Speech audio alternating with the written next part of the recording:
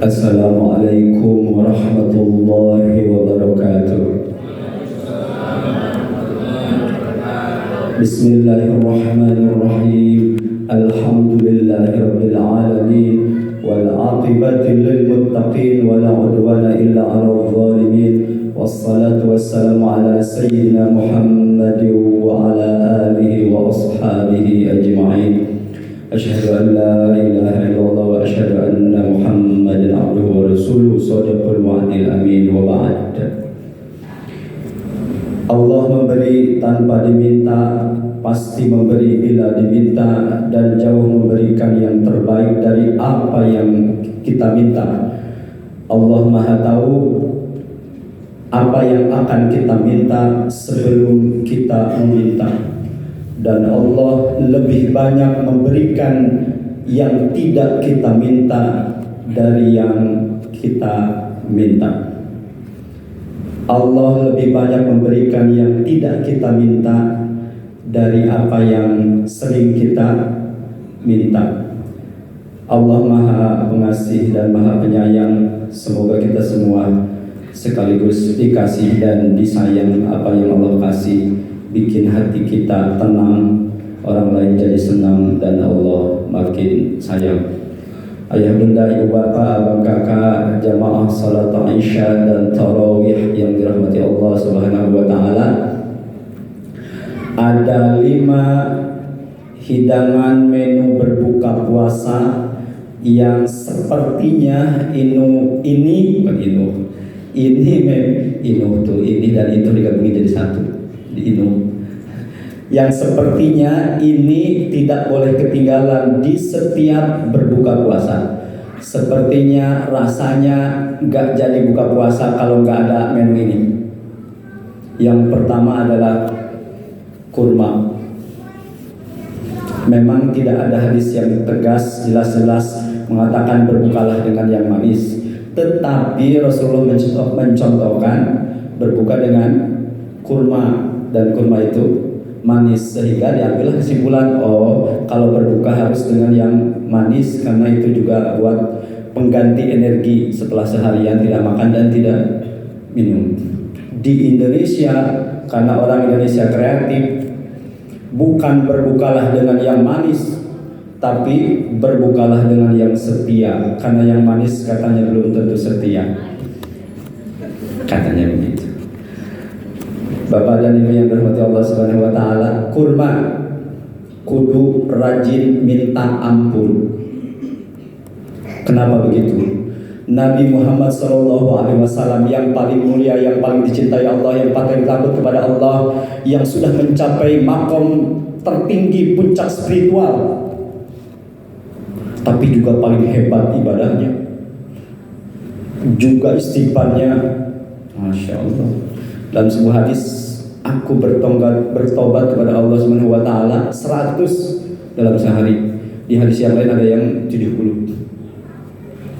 Dan tidak terhibur qalbuku sebelum beristighfar mohon ampun kepada Allah Subhanahu wa taala. Itu yang pimpinan tertinggi dunia akhirat yang tidak akan masuk surga sebelum beliau dan umatnya masuk surga. Sudah digaransikan diampuni dosanya yang telah lalu dan yang akan datang.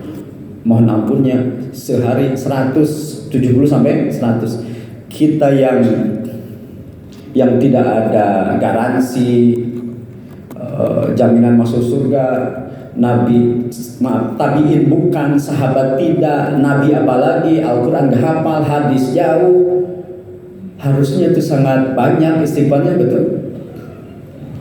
Bagi level-level saya mungkin istighfarnya minimal 1000 lah gitu ya. Kenapa begitu? Karena berbuat dosanya juga banyak. Nabi tidak terhibur hatinya kecuali setelah mohon ampun kepada Allah. Maka pelajarannya adalah, jika satu kondisi kok hati saya gelisah ya, itu tuh pertanda kurang istighfar. Bapak dan Ibu yang dirahmati Allah Subhanahu wa taala, yang menciptakan kita, yang menciptakan hati kita adalah Allah Subhanahu wa taala. Yang paling tahu terhadap kebutuhan hati adalah penciptanya. Yang paling chemistry dengan kebutuhan hati adalah penciptanya. Maka kalau hati dipenuhi oleh selain yang diperintahkan oleh Tuhannya, maka pasti masalah. Pasti masalah. Coba aja hati dipenuhi sesak, berjejalan gitu, dipenuhi dunia, itu pasti stres, pasti tidak tenang. Apalagi dipenuhi dosa, pasti tidak tenang. Karena salah satu ciri dosa adalah bikin hatimu gelisah dan kau tidak mau ketahuan orang lain. Bapak dan Ibu yang dirahmati Allah Subhanahu wa taala, kalau hati sudah bermasalah, kalau hatinya bermasalah, maka jadinya semua salah dan serba salah. Bapak dan Ibu yang dirahmati Allah Subhanahu wa taala, kurma kudu rajin minta ampun. A'udzubillahi minasyaitonir rajim. Wa ma kana Allahu mu'adzibahum wa hum yastaghfirun. Dan tidaklah sekali-kali Allah mengazab mereka kecuali sedang mereka memohon ampun kepada Allah Subhanahu wa taala. Jadi kita tidak akan diazab selama kita mohon ampun kepada Allah Subhanahu wa taala. Salah satu azab, salah satu siksaan bagi hati adalah ketidaktenangan, kegelisahan. Itu siksaan hati. Dan hilangnya dengan mohon ampun kepada Allah Subhanahu wa taala dengan beristighfar. A'udzubillahi minasyaitonir rajim. Man lazima al-istighfar ja'alallahu min kulli hammin farajan wa min kulli dayqin makhraja wa yarzuqhu min haitsu la yahtasib. Siapa yang melazimkan istighfar kepada Allah Subhanahu wa taala, maka diberikan min kulli hammin farajan, dari kebingungan, kegelisahan, farajan, kegembiraan. Wa min kulli dayqin makhraja, dari kesempitan jalan keluar. Wa yarzuqhu min haitsu la yahtasib, dan rezeki yang unpredictable, tidak disangka-sangka. Kalau ayah bunda abang kakak semua misalkan punya gaji sebulan berapa? Mau berapa? Udah sebut aja mumpung gratis ya. Mau berapa kira-kira? Katakanlah ya memang sih ada yang 10 juta, ada yang 3, tapi 3,5-nya juta ya. Bukan 3 hari setelah itu koma, bukan. Itu yang predictable, yang terdeteksi, terindra, terketahui setiap bulan. Flat sekian, 10,5 juta misalkan. Nah, orang yang lazim istighfar, wa yarzuqhu min haitsu la yahtasib, diberikan rezeki yang tidak terduga. Boleh jadi yang tidak terduganya lebih banyak, boleh jadi. Tidak mungkin semua jadi pegawai negeri, betul? Kalau rezeki satu-satunya harus jadi pegawai negeri, terus kasihan yang nggak jadi pegawai negeri, pada meninggal ya. Kenyataannya kan enggak.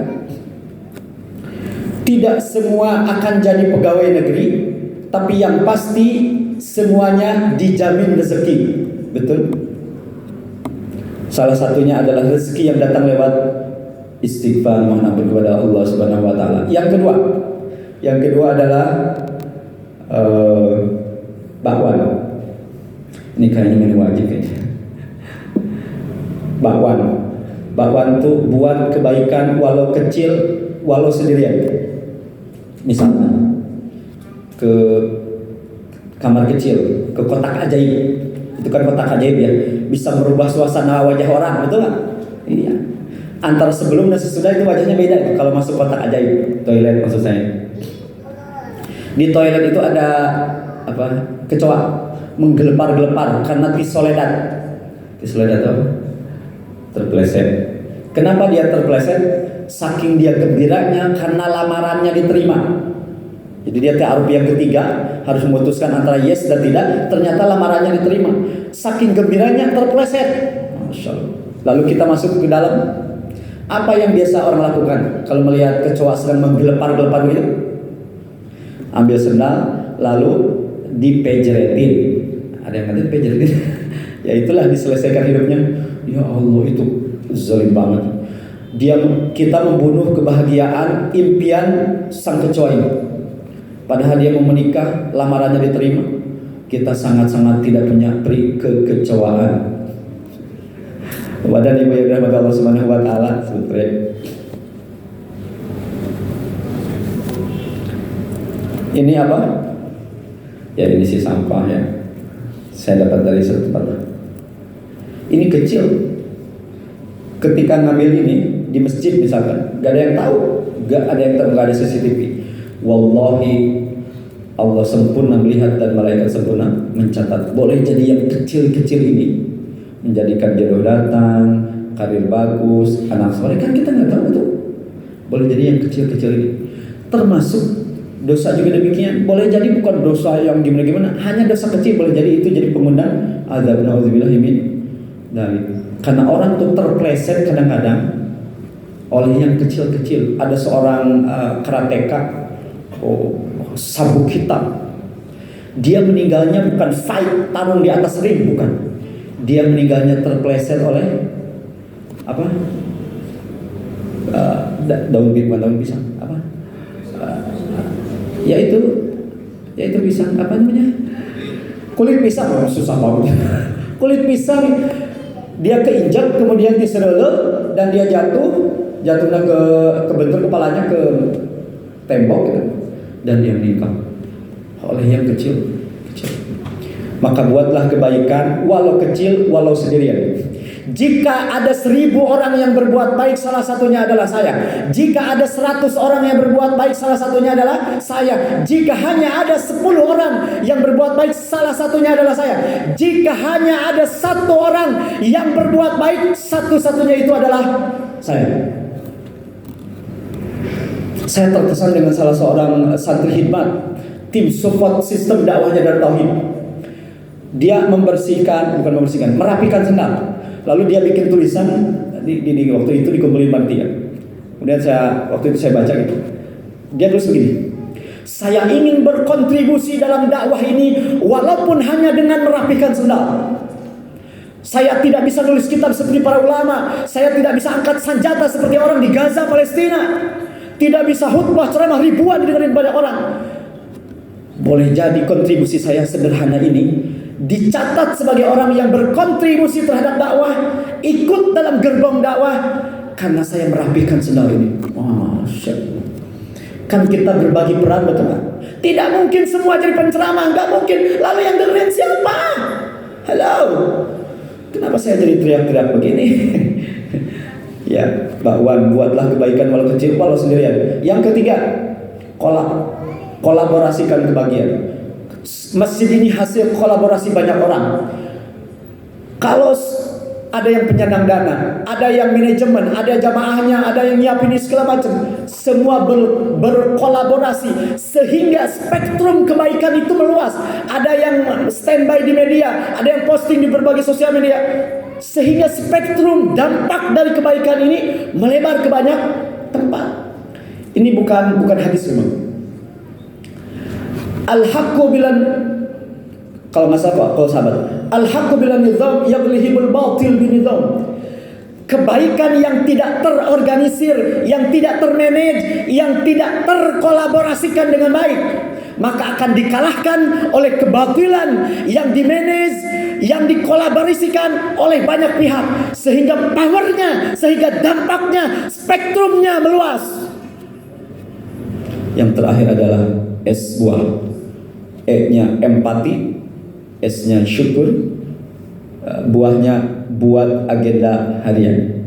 Indonesia alhamdulillah walau beberapa hari ini hujan memang, kecuali mungkin 2 hari tetap panas. Tapi Indonesia alhamdulillah hujannya masih hujan air. Hujannya masih hujan air. Di Palestina, di Gaza hujannya hujan peluru, hujan rudal, hujan air mata. Di beberapa tempat ada yang banjir, di Demak, di Madura dan seterusnya. Masya Allah. Jadi salah satu bentuk syukurnya adalah dengan mengupayakan sebaik ibadah yang bisa kita lakukan. Barusan saya baca salah satu quote nasihatnya Kiai Haji Abdullah Gimnastiar di status WA-nya Teh Yayah MQ Travel. Salah satu ciri orang yang bersyukur adalah kuat ibadahnya. Dan 2 rasa yang meringankan kita ibadah. 1, rasa butuh. Yang kedua, rasa syukur. Empati. Di tempat tinggal saya di sana di Ciputat, itu karena mereka mengerti kali ya, itu setiap akhir pekan tuh rutin ada yang datang pengamen. Lagunya tuh istiqomah, gak pernah ganti. Pitch controlnya nyaris gak ada gitu. Lagunya sederhana. Kan ada orang yang ngasih misalkan sekian perak lah, itu tujuannya bukan empati, apa? Tujuannya ngusir supaya cepat pergi. Kadang-kadang kita merasa terganggu oleh pengamen itu, betul nggak? Iya. Tapi coba kalau kita berpikir, gak mungkin kalau pengamen itu rumahnya bagus, keluarganya sakinah mawaddah warahmah, anak-anaknya sehat semua, punya mobil, punya fasilitas, gak mungkin dia jadi pengamen, betul gak? Gak mungkin. Berarti dia ngamen itu satu-satunya yang bisa dilakukan, boleh jadi. Ini udah gak ngasih, termasuk gak ngasih doa, yang ada gerunda, ya Allah. Paling tidak gitu. Pada saat kita ngasih itu, ya 1.000-2.000, sambil doa, ya Allah, berikan pekerjaan yang lebih baik untuk dunia akhiratnya. Salah satu empati, dengan materi dan dengan hati. Empati, syukur, kepanjangan. Buatlah agenda harian. Jadi bagusnya si malam itu memang sudah dibikin rencana. Saya menyebut niat itu adalah rencana hati. Misalkan besok, ya Allah, niat sholat duha 12 rakaat. Setuju? Sepertinya banyak yang gak setuju. Kemudian tahajudnya 8 plus 3 witir, sedekah subuhnya sekian puluh ribu, direncanakan. Setelah dilakukan, alhamdulillah sudah sholat duha 12 rakaat. Disyukuri. Maka jika syukur ditambah powernya untuk melakukan kebaikan berikutnya. Buah mangga dibagi 4, semoga bermanfaat. Buah mangga dibagi 9, insyaallah istiqomah dilakukan. Wassalamualaikum warahmatullahi wabarakatuh.